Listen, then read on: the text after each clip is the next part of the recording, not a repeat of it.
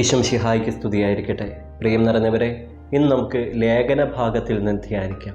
വെളിപാടിൻ്റെ പുസ്തകം 14-ാം അധ്യായം 1 മുതൽ 7 ഉൾപ്പെടെയുള്ള തിരുവചനങ്ങൾ.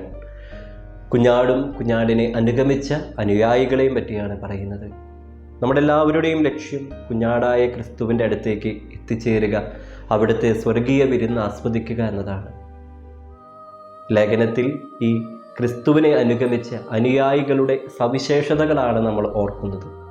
ഒന്നാമതായിട്ട്, അവരുടെ നെറ്റിത്തടങ്ങളിൽ കുഞ്ഞാടിൻ്റെ പേരുണ്ടായിരുന്നു.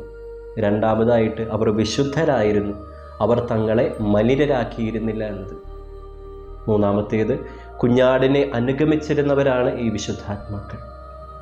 നാലാമത്തേത്, അവരുടെ അധരങ്ങളിൽ വ്യാജമുണ്ടായിരുന്നില്ല.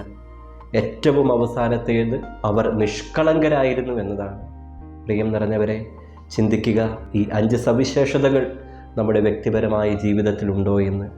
ഈ സവിശേഷതകൾ ഉള്ളവരാണ് കുഞ്ഞാടിൻ്റെ സ്വർഗീയ വിരുന്ന് ആസ്വദിക്കാനായിട്ട് സാധിക്കുകയുള്ളൂ. നമുക്ക് പ്രാർത്ഥിക്കാം, അതിനുവേണ്ടി പരിശ്രമിക്കാം. ദൈവം സഹായിക്കട്ടെ. ആമേൻ.